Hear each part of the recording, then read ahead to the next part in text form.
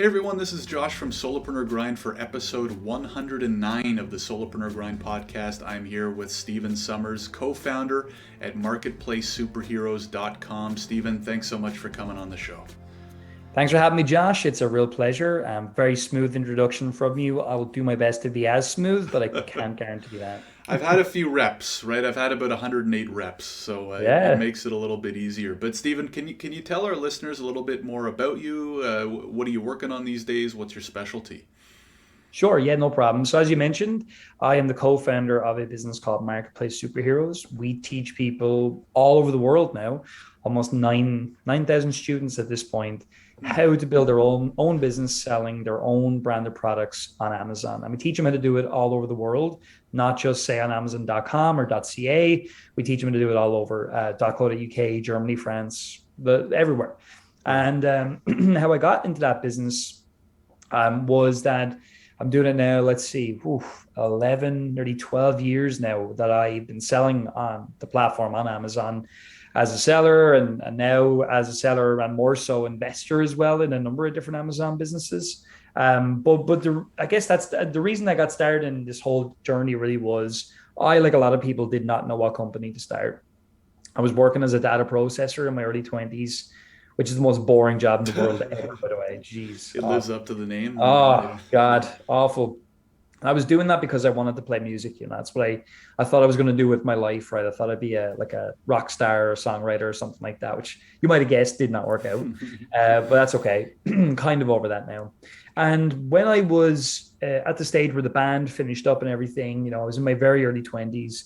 And I knew I didn't want to be working in a job. Not that there's anything wrong with that. It was just not my goal because I was really into how can I have my own thing where I'm making my own money and I'm in charge of my own future, because the future I thought I was going to have, the music thing, just was gone.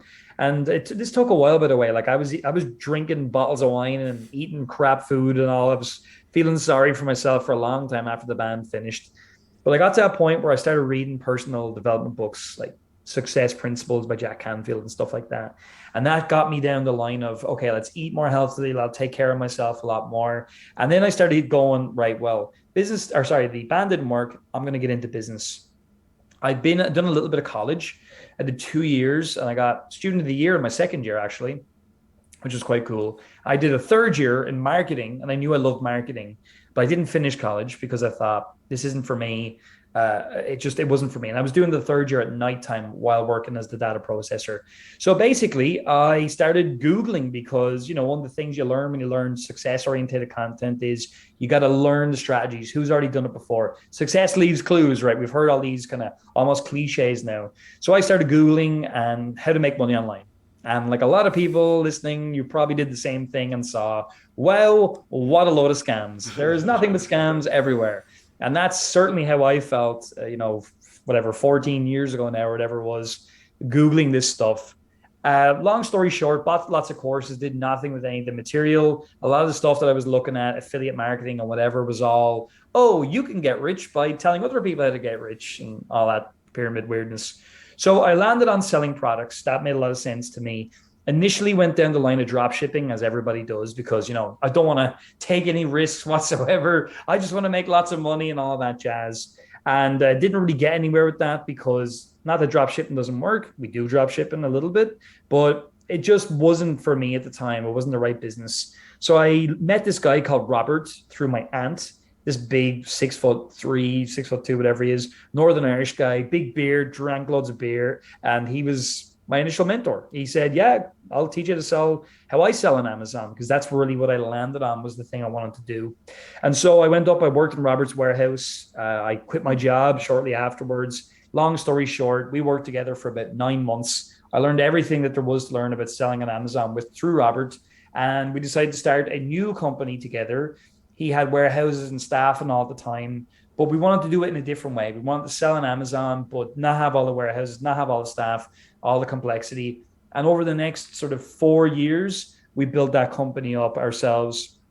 We were doing a couple of million on Amazon and making it a nice salary each or whatever. We were very free. We used to go on holidays with our families to Florida and everything for a while. But, we were making good money, but it wasn't life-changing money. And it got kind of boring, because it was like, right, I'm making money. I don't need to work ever again. As in, not that I have enough money to never work again, but I have a business now that's paying me enough that I don't have to go back to work anywhere. But Mm-hmm. we wanted to do more. We wanted to share more. We wanted to, make our lives a little bit more interesting. And so in 2015, we launched Marketplace Superheroes after seeing a lot of people teaching Amazon, but in our opinion, the stuff they were teaching was all the same. They were teaching you to sell overly competitive products. We had a completely different way. We sell the most boring products in the world, Josh, in that business. I mean, we sell the things that cover the feet of the washing machine and all this kind of stuff. Not Mm-hmm. exciting. But basically, in 2015, we launched that. We had no audience. We had nothing, just two weird Irish guys who were still weird. And we built it up from now 7 years almost now of doing that. And it's now an 8-figure company. We run a freight company as well, Superhero Freight, where we help our members import their products from the Far East, well, from China. I say the Far East, depends where you live in the world, of course. Mm-hmm. We also have a solutions company for our sellers. So we do translations for them, photography, stuff like that. And obviously we have, coaching and all that kind of stuff in Marketplace Superheroes. But we're very different. And the reason I feel we're different is because, we have the coaching, we have the shipping company and all of that. So we're very much in the trenches with our members. And if our members don't succeed long term, we don't really succeed long term, which is kind of cool. And I guess it's a different way of going about it. So, that's kind of the length and breadth of my career so far. Happy to dive into anything that will help the listeners today, and answer any question you want. I'm an open book. Yeah, it sounds super interesting. The first thing that jumped out was this now partner, Robert. How did that come to be? It almost sounds like, now obviously you just told a 3 5 minute story, but that covers 10 Years. plus years. So obviously you had to summarize.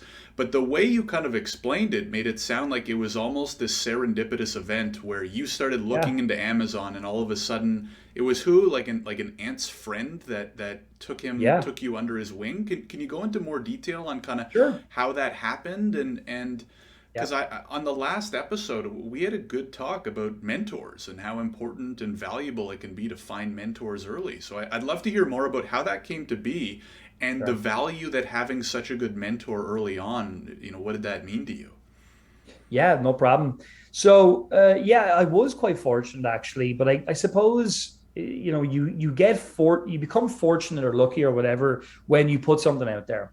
And for Mm-hmm. me, I had really spent a lot of time reading books, looking at courses, like I mentioned, not really getting anywhere. And it really hit me one day. It's like, and there's now a book about this, and it's the idea of like it's the who, not the how. So in other words, like I didn't know how to do this stuff because I was just in a crappy job I didn't like. But there's people out there who can do it. So who are they? Who can I work with? And that was a big thing from the personal development work I'd done. Like you mentioned, they talk about mentorship a lot in that content because it's great. It's great stuff. It makes sense. So I started asking around and telling people, like, I want to sell products online. I tried selling my first one. It was a cream canvas wardrobe, and I didn't make any money, but I didn't lose any money, which was really motivating. I actually, to this day, have no idea how I got that into stock. It's a blur, that part of my life at this point. But I knew it worked. I just needed more help because you can't build a business breaking even, right? You have to make money sometime. Mm-hmm. So that's whenever I thought, look, if I can find someone who can help me, I can do it the right way. Because courses weren't as available as they are now back when I started. Even like Udemy was one of the first big course sites that started up around whenever I was getting going in this whole industry. There was certainly people teaching online marketing and whatever, but it just wasn't as many people as nowadays. It wasn't as good. The level of education wasn't. So for me, I asked around, and my aunt from Northern Ireland, which is about 2 hours north of where I was living at the time, I was living in Dublin with 11 or 10 other people in a house, by the way, which is awful. I just didn't have enough money to stay somewhere nice. But I wasn't eating dog food or anything, and I wasn't living in my car, right? But I just wasn't in a very nice house. But basically, yeah, my aunt heard all this and she called me and said, "Look, I have a friend here, Robert. He has a warehouse, he's got staff, he's selling on Amazon and eBay in the UK only at the time. We sell everywhere now." And she's like, he's a really good guy, he's a good friend. Would you like to meet him? And I was like, absolutely. So we actually went to a comedy gig in Dublin. They came down. Just so happens one of Robert's favorite comedians was playing in Dublin. So I met them at the gig and, had a load of beers and all the rest and got chatting to him. I just burned his ear all night long because I've Mm-hmm. been reading so much and learning so much. And I was trying to figure out like what's the right way of doing this. Like, is this research strategy right? Is this or that? And I was just burning this guy, and he was having a couple of beers, and he was just like, I've never had anybody ask me this level of questions before. I'm more than happy to help you more if you want to come up, to the warehouse for a few days. You can check it out. So I took a week's vacation from work at the time, went up to the warehouse, and it was freezing cold. There were rats running around the place and everything, but I loved it because it was like, this is a real business. These are real products sitting in a warehouse. It wasn't like, become an affiliate millionaire overnight or live on a yacht and do whatever, trade, whatever. It was Mm-hmm. like, no, like this is a real business. They were making a decent amount of money, but they weren't millionaires. And I was just excited. I was like, yeah, I want to do that. And so I just basically where I got my other piece of fortune was I was well read. And so one of the books I read at the time, which a lot of people that are listening, I'm sure have read, and if you haven't, you really should read it, was The E-Myth Revisited by Michael Gerber. Great book. And I read that whole book and I was learning about systems. Now, funnily enough, I'm not a systems guy at all. I'm really more of a marketing guy. But at the time, systems was kind of my way in with Robert because he was very experienced in business. But what he lacked were systems. Everything was very because Robert is a brilliant executor, but at the time wasn't a great reader. That's changed now over the years, but at the time that was definitely true. So that was my opportunity. I was able to come in and go, well, look, I've read all these things about systems. If we did all these things in this business, we could make it much better. And so that's what led to I was working for free in that warehouse at the time. I made some money by selling some of Robert's, like he had stuff lying around the warehouse that was like secondhand and that type of thing. So I was selling all that on eBay, making money for myself while learning my trade, which was great. And I was actually working, devanning containers, working in the warehouse. I was doing it all. Like Mm-hmm. it was great. But where I moved on to let's do this together now was I was able to create so much value with Robert through this stuff I learned that he was just like we got to do this together. And that's where I got my next piece of fortune. It was in that. And so I suppose if you look back, it was that I put myself out there initially and I was educating myself the whole way. And that's the thing. I fell in love with business theory in college when I was there for a little while. And that was that, and I still love it. I listen every day to podcasts. I read books. I mean, you see all the books behind me. Even if this is audio, there's lots of books behind me on a Mm-hmm. bookshelf. I And can that confirm. education has been the key to everything, really. Absolutely. And the last part I'll add, you kind of said, reading up, putting yourself out there and putting in the work, right? Because you very Yes, easily could have met Robert at that comedy thing, not come across very serious or professional, not showed correct. up to the warehouse. So, you know, definitely big kudos for that. So then, what was the period, Stephen? Like, how long was it kind of like more casual until you and Robert formalized a Yeah, partnership? And then about what about was 9 months. Sorry, okay, oh, nine sorry, months. you were asking another thing. Apologies. Yeah, Go and ahead. then I'm curious about like what did that next business look like? Was it an extension of the one he already had? Was it totally new, similar types of products, new types of products? Curious to hear about that. Yeah, I love that question. Yeah, so first of all, about 9 months, I was working with Robert for like pretty much for free. I was living in my aunt's spare room at the time. She was very good to me. She Hmm. actually works with us now. With that same aunt, she works for the company now, which Oh is pretty wow, cool. that's Just cool. part Yeah. time, but it's pretty cool, looking a full circle thing. But yeah, so and that gave me the chance to basically not have to make a lot of money quickly. And also I was working an extra job at nighttime. I was working in a bar for a little while, so I made a little bit more money there as well, and a bit more money off of selling those products. Robert was given to me for very little money to enable me to make something out of that. So I was hustling my way on the side as well as learning all the time. But after 9 months, we formalized. I was in the trenches with Robert every day. We were working very like 16-hour days. I was doing everything, customer support, working in the warehouse. I was just like going 90 miles an hour a day to help and to really show I was really interested and I really wanted to do this. And I really wanted to learn. I was like an absolute sponge at the time. And I was only about 23 and I'm 34, nearly 35 now. So that's where I had that energy. And so whenever we formalized, we changed the products that we were selling. When I first started working with Robert, we were selling some wholesale products where we were buying from UK suppliers. We were also selling a lot of private label products that Robert was importing from China, consumer electronics, accessories products like speaker stands, speaker mounts, all in the same niche, basically. And that's what Robert was doing when I met him. The change we made was realized, we're selling on Amazon. So really the, it, like, it's hard to say. So in a way, brands really matter on Amazon, but in a way they really don't matter. So in other words, like if you're building a brand, Amazon is a fantastic place to put your brand because you're going to get fantastic distribution to millions of customers, the most valuable customers on the internet. It's like Amazon have said, hey, we'll let you sell to our customer base. Like that's an unbelievable opportunity for any brand. Mm-hmm. And so for us, and the way I look at it, and we looked at it at the time was, look, we're not building the next big brand. We're looking at Amazon almost like a stock market. And we're saying, where are these boring everyday items that aren't selling thousands of units a day? They're selling like 20 units a day or 15 units a day. And how can we private label those rather than wholesale them all the time? Because we wanted to make the most amount of money possible. And we were wrong about wholesale, which I can certainly talk about, because we brought that back in for our members again over the last little while.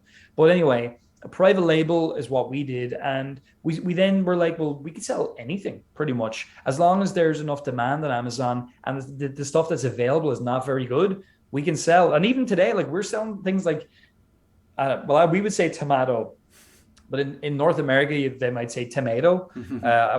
You're in Canada, right? I'm guessing. Yeah. So what do you say tomato or tomato? Tomato. Right. Yeah. We say tomato because we're weirdos.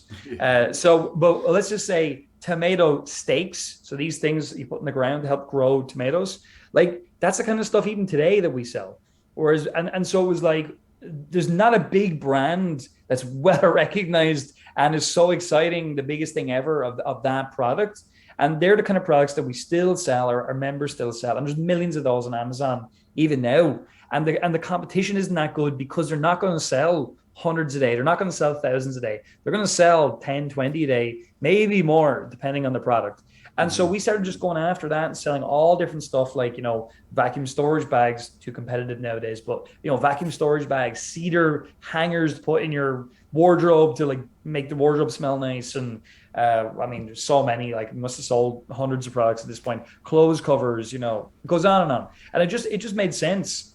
And that's based on a system that we kind of created where we were looking at certain things on Amazon to tell us, is there too much competition? Is there a gap in the market for us here? And that's what we did. And that's exactly what we've been teaching for, whatever it is, 7 years now. So is it fair to summarize that the tips would be for listeners out there that might be already started at Amazon or thinking about Amazon, ignore the flashy, complicated items and go more niche, go more boring, and then secondly, and maybe as part of that answer, so what is your current recommendation? Wholesale, white label, combination of both? What do you recommend now? Well, to answer the first question first, and then keep that second one in your head in case I forget, right? Because that's possible when I get into flow.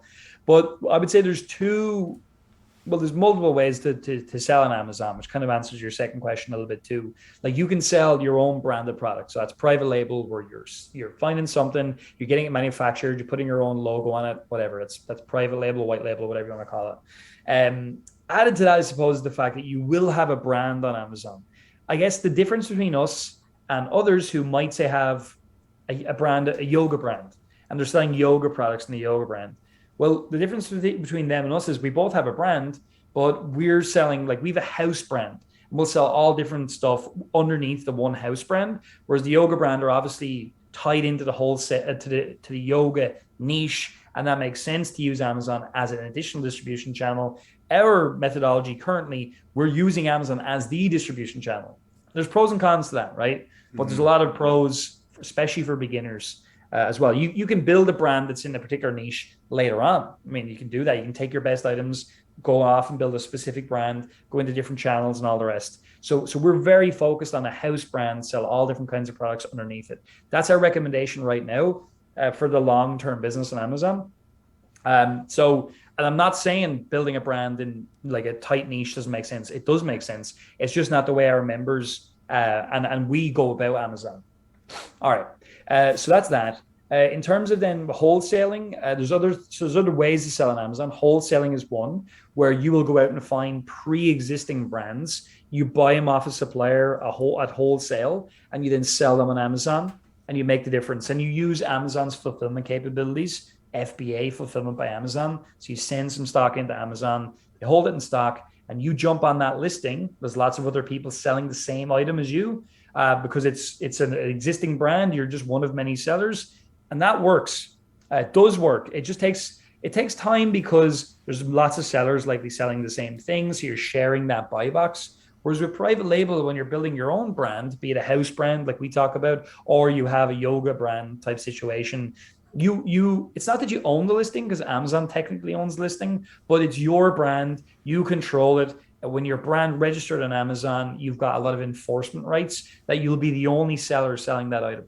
Whereas on wholesale, you're selling something that's already pre-existing, other people can get. I'm not saying it's a bad thing, it's a really good thing. The reason that we stopped doing it for a long time was we honestly just went about wholesaling correctly. We were trying to do bundles of products and all kinds of stuff that was really complicated and you needed a warehouse for, rather than just selling the damn product. Just sell the product, bring it in, share the buy box, and let it be. And you'll make money every month doing that.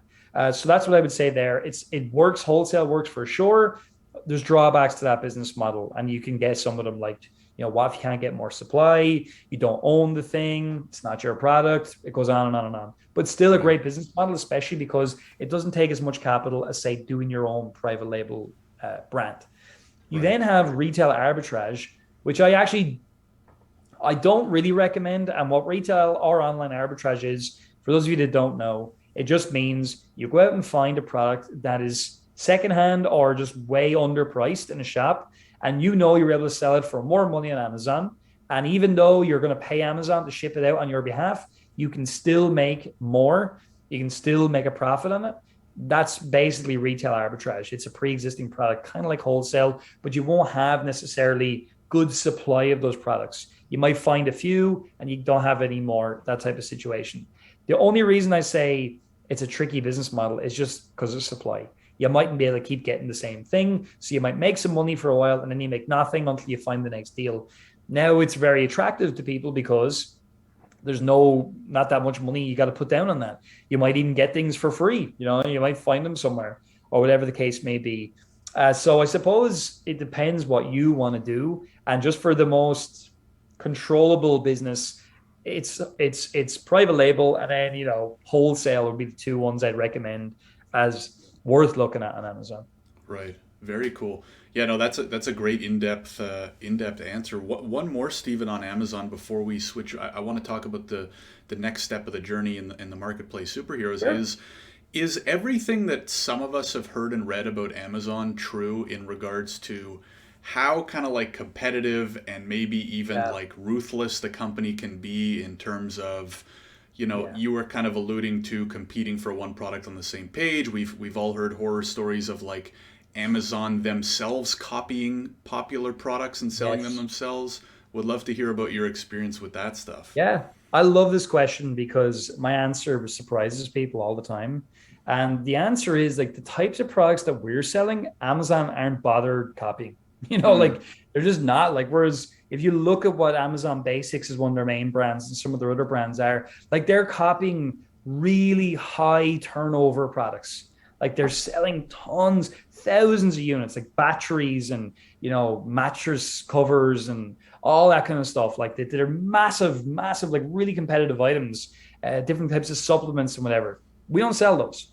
They're too competitive for us. We're not interested in those. We want to go more, niche, like we talked about, and even super niche.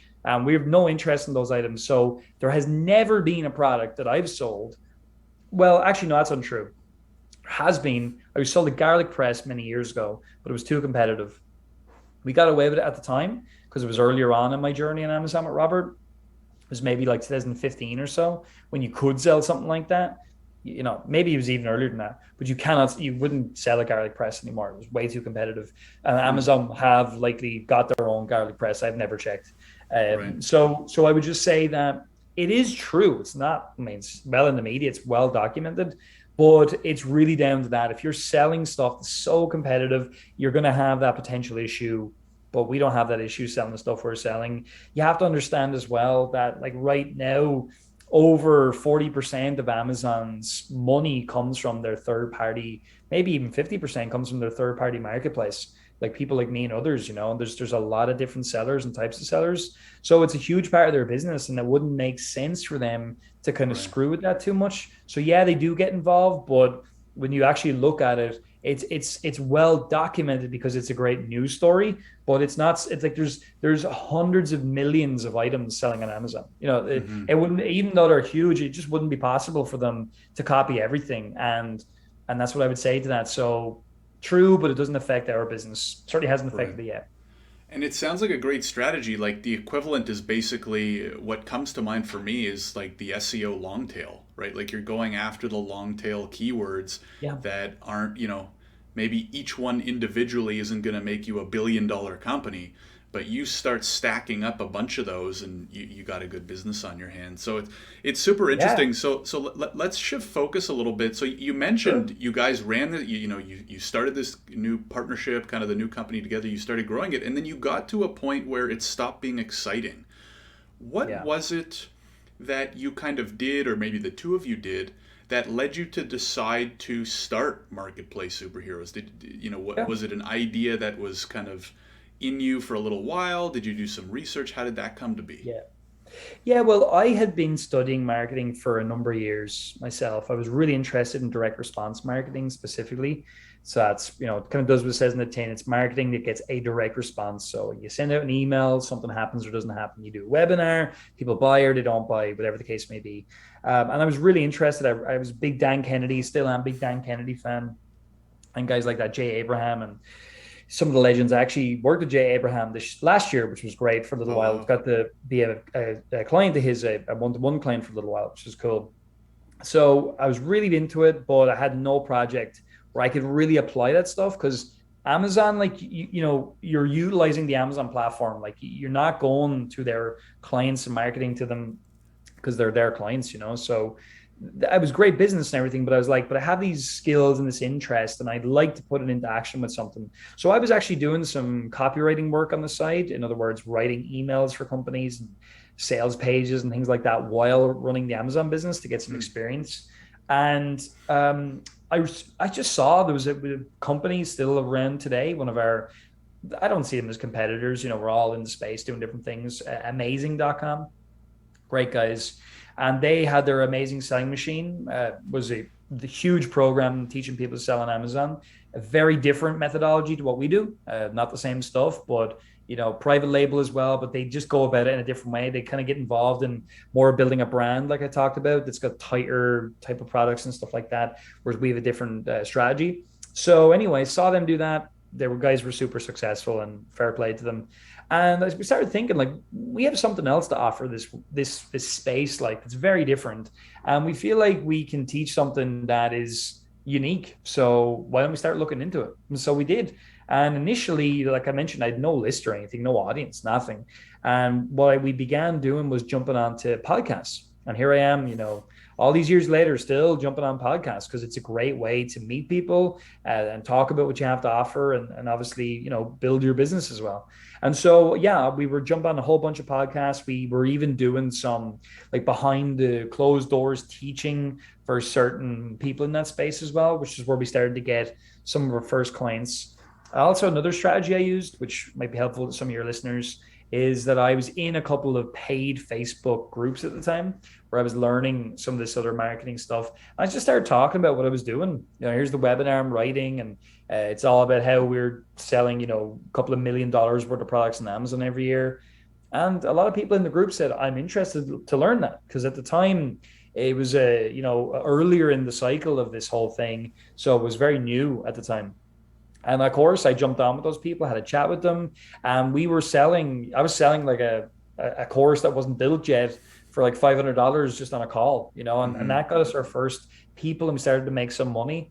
And then it became, wouldn't it be great if we didn't have to jump on a call every time we want to sell one of these courses? So then, oh, let's build a webinar. We made a webinar. It was the worst webinar ever. I wish I could find it. It was really terrible. And we did that for a little while, for a number of months. But then in 2015, so that was maybe, I mentioned we launched in 2015. That's when we really did launch. But 2014, we started this process. Let's call it. We picked up some clients that year. But in 2015, a really big thing happened when an affiliate partner, someone who promotes other people's products, he heard about us, and I got in touch with him through a guy I met at an event. And he said to me, I'd love to promote what you guys are doing. It's really cool. It's different. I'm really impressed and all the rest. And so that changed our lives. That weekend we sold, I think, $300,000 worth of the program. And we had Jeez. never seen anything like that before. I was just like, this is crazy. And that's really what launched the business. And from there, did more Facebook advertising and other more podcasts and on and on and on and on. And here we are, years later, thousands of students later, still teaching this and getting better at teaching it, offering more services, and obviously like adding in things like the wholesale again and other stuff to help you get going that bit faster. But like the Amazon platform, a lot of people have kind of jumped away from it that used to teach it because it's not as quote unquote hot as it used to be. But like it's bigger than it ever was, which is so stupid. Like it's like, oh, Hmm. it's not hot, quote unquote, but Amazon every year does record revenue numbers, Yeah. and I think if you're doing it the way people used to do it, it's probably too competitive. But the way we do it, there's just so many opportunities, and it continues to be that way, and it's just really exciting. Right. Yeah, no, that's incredible. So Stephen, when you started, you had no course made? Like, has the No. core product always been an online course? And at what point and how did you actually build and launch the course, even after it sounds like you had revenue coming in? Yeah, and it's funny because the model that we did for a long time is changing now. I mean, actually, this year we're making a lot of changes to how we go about what we're doing. I'm happy to talk about that. But yeah, for many years it was selling just a singular online course, and then we would sell coaching and other stuff after that. But for the first couple of years, literally, I was just selling one course, nothing else, and it was $1,000. We still have people to pay it off, still do over a year, but we're just changing. Courses have changed, and I could talk about that a little bit. But anyway, for maybe 6 months, we were building our beta program when we were just starting. So we were allowing people to join at essentially half price, explaining to them, look, we're going to be teaching this over a period of time. We're going to be making changes and all of that, but you get to come in early and learn what we're doing. And so that worked well. People were more than happy with that. They were happy to pay less money. And as I say, it was a newer thing at the time. So you didn't have to be quite as polished as if you were launching an Amazon course now. You'd have to be extremely polished because the market has moved on so much. It's much more sophisticated. And yeah, that was it. Just hustled, literally hustling calls a lot just to get something off the ground, and believed in what we were doing. And obviously, as a course creator, one of the most important things you have to do is get successful students. So I was Hmm. spending a lot of time, more time than ever, like working with people one on one, getting them the results, making sure they knew what they were doing. Because obviously, people had to see that it worked, or they wouldn't be interested in buying from us.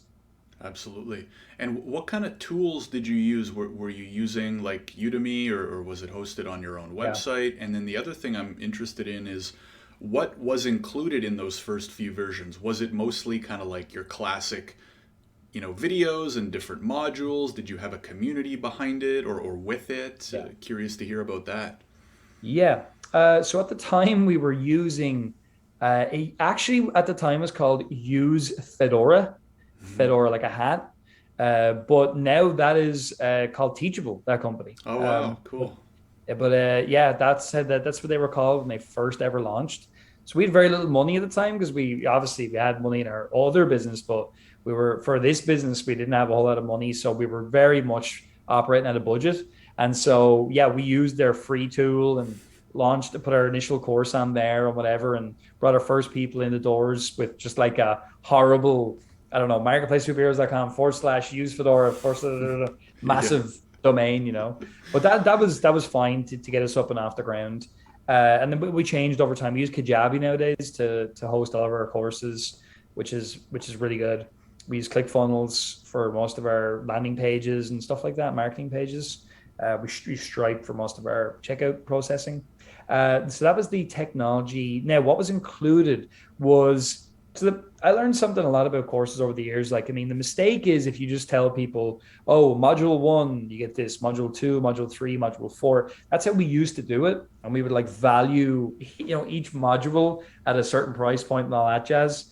And it was fine for a while, but after a while, we used to do webinars to more colder audiences. And I did many webinars, Josh, where I sold nothing, nothing whatsoever. And so we had to learn the hard way many times, and it was painful to learn that way and be like, oh crap, nobody bought or whatever. So what I learned about that over time, and if anyone's selling anything, when you create an offer, like you have to understand the course is the fundamental thing that people are buying, but it's actually something they just assume they're going to get.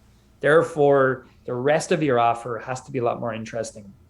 So we essentially were selling a course in the community back then, whereas now, you get the course, community, you get software to help manage your business and stuff like that we developed over time. We have a software team that does all that now. You get like access to our freight network. So we charge $1,000 a year to access the network. You get your first year for free because that obviously brings people in. They're going to do something in their first year, of course, but they're not going to be using freight as much as they will be in the future. Therefore, we figured give them a free freight account for a year, and at least moves them into that side of the service. And of course, if they use it, which we want them to, excellent. And if they don't, it didn't cost them anything, and it technically didn't cost us anything either. And we have other stuff like we'll do discounts on shipping and all. So like our offer nowadays is like very fully formed. And I learned over the years that like to make an offer, you have to look at three key things. And this actually comes from Russell Brunson's Expert Secrets. He got it from Jason Fladlin, I think, but it's this idea where you have like a vehicle, something you're looking to move people into. You've got their big belief about what's possible or not possible to achieve the outcome that you're promising. And then you have external influences. They're your three things that you want to reference in any thing you're ever talking about when you're promoting something or whatever. But your offer has to have those elements as well. So like it has to have a vehicle, an end-to-end system someone can follow to get a result. But then you have to start thinking about what are the big beliefs people have about their own ability. So like learn how to sell on Amazon, and they're like, oh, okay. And then you show them that vehicle is actually going to make you money. Here's how simple it is. Oh, okay. So I know I can make $5,000 a month profit doing this. That's great. That's really motivating to me. So the vehicle works, but Josh, I have no idea how to find a product. So now it's like that's the internal belief. So you solve that in your offer by doing something like, not only are we going to give you the program, but we're also going to give you our software tool that'll guide you through the process of finding your first product. So like your offer ultimately answers people's objections. It solves their problems because we don't sell products, we solve problems in any business, by the way. And I run many companies in the same methodology. But you're always looking at that. And then finally, you're looking at the external influence. So in this case, it might be, what about running Facebook advertising? And it's like, well, in this business model, you don't actually, the way we do it, you can do that, of course, but we don't teach that. We teach Amazon ads. And we're going to give you a PPC program that's going to show you how to do it in an afternoon. So that's kind of the difference between when I started and where I am today. And actually, Alex Hormozi has an excellent book, I don't know if you've read it or not, called $10 Million Offers. And it's really good, all about offer creation. In any business you guys are in, offers are the key to everything. And that's what we have a new company that this year we're launching called Grow My Reach. And that's what we're teaching. We're teaching like course creators how to turn that into a business, because I had a course for a long time, but not really a business. And now we obviously have this company that does all these different things. And that's ultimately where you're going to become successful when you know how to do that. For sure. And I was just going to ask, one of my last couple questions is, That makes a lot of sense, and a lot of great suggestions around building the product. Do you have maybe what are your top two or three tips, or what's worked for you on doing that external marketing? Especially since, like you said, in the Amazon days, you didn't have to do much of that, but obviously with the course you do. And any tips and suggestions there? Yeah, I mean, we could be here for a day, like honestly, but That's I why I said suppose, 2 to 3. Yeah. yeah, no, yeah, 2 to 3 days then. Yeah. But if I was to break it down, I mean, there's a lot of stuff to look at, but the biggest thing is what I mentioned, which is the offer. Because if the offer is not right, nothing else matters, Hmm. pretty much. Because a great offer can have not so great marketing and work just fine, whereas a bad offer with great marketing doesn't work, which is crazy. And that all those elements I mentioned are what make up a good offer. So that would be the big thing to look at, because especially when you have to understand when you go to say YouTube ads or Facebook ads or whatever, going on podcasts or anything, those people are coming across to your thing. You have to be very aware, and this is my second thing of you have to be aware of where they are in their awareness. So I think it's Claude Hopkins or Eugene Schwartz talked about it, where it's like you can be problem aware, solution aware, or product aware. So if you're problem aware, I want to make more money, okay, but so it's going to take me a bit of time and marketing in order to like take that problem and then tie it into my solution. Well, one of my solutions of Amazon, selling on Amazon, for example, that takes a while. Whereas people are listening to this show today, if they like what I have to say about Amazon, they're like, oh, it's really interesting. I wonder how well I could do that. Well, then they are actually problem aware.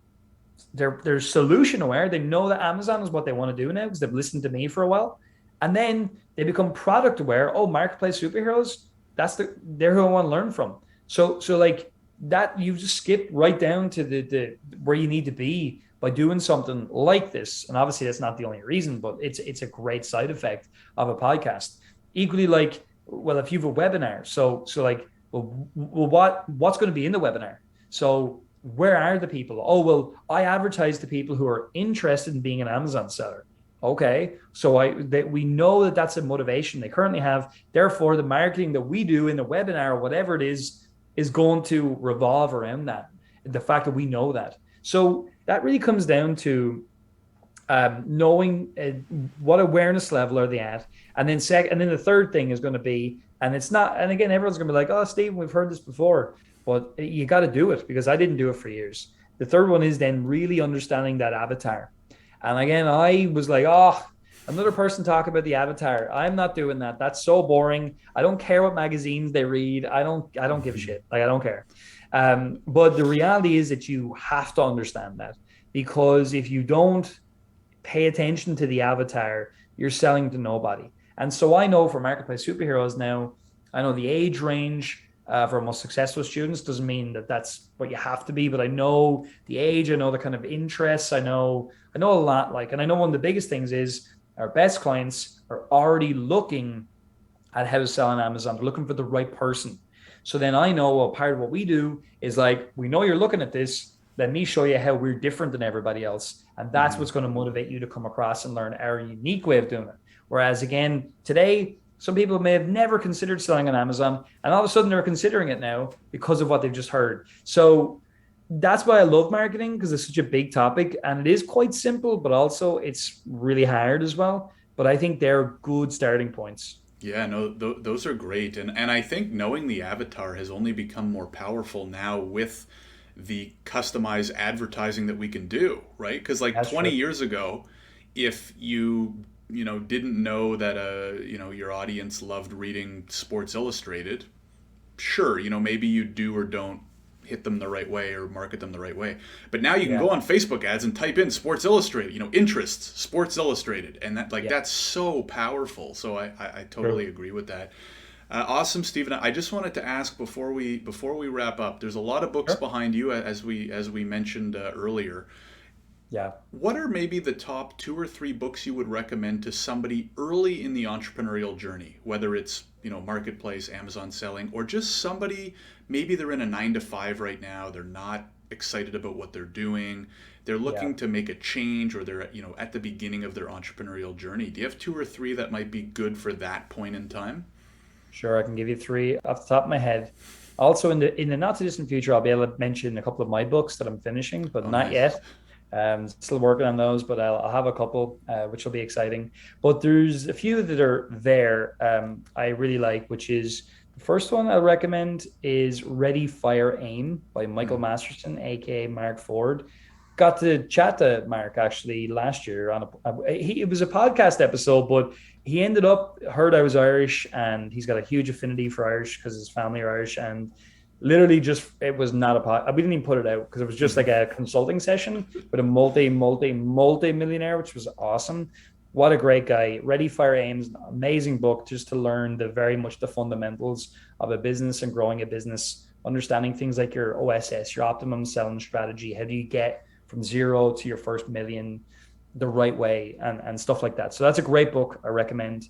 I also would recommend that one says unscripted there, but I actually love The Millionaire Fastlane by MJ DeMarco, who I Hmm. interviewed not so long ago actually, which was great. Oh, cool. And it's a brilliant book. Unscripted is very good as well, but I actually prefer The Millionaire Fastlane. That's going to give you the philosophy of running very much like not always an online, but many cases like an online type business. But the cool thing, he's a brand new book called The Great Rat Race Escape. These guys should be paying me money for all this, but anyway. The Great Rat Race Escape is his new book, and it actually has a story of people that are selling a particular product from scratch. It's cool. So, Hmm. but that's why I like MJ DeMarco's books. And then the third one would be .com Secrets, Russell Brunson. Look, a lot of people, Russell's done a lot for the industry. There's no doubt, unfortunately, everyone's going around holding two Comic Club awards now. But at the same time, a real positive. Like I learned so much from Russell early on in my career. I continue to learn from him. And obviously, he was influenced by people like Dan Kennedy and Jay Abraham, who are also like I've got a whole bunch of Dan Kennedy over there. They're all the legends. So there's just some of them, but I would recommend actually going down the Dan Kennedy rabbit hole from a marketing perspective. Amazing Jay Abraham. I literally have over here they're all binders of Jay Abraham. Hmm. So like that's all the great stuff. Right. Awesome. Those are great recommendations.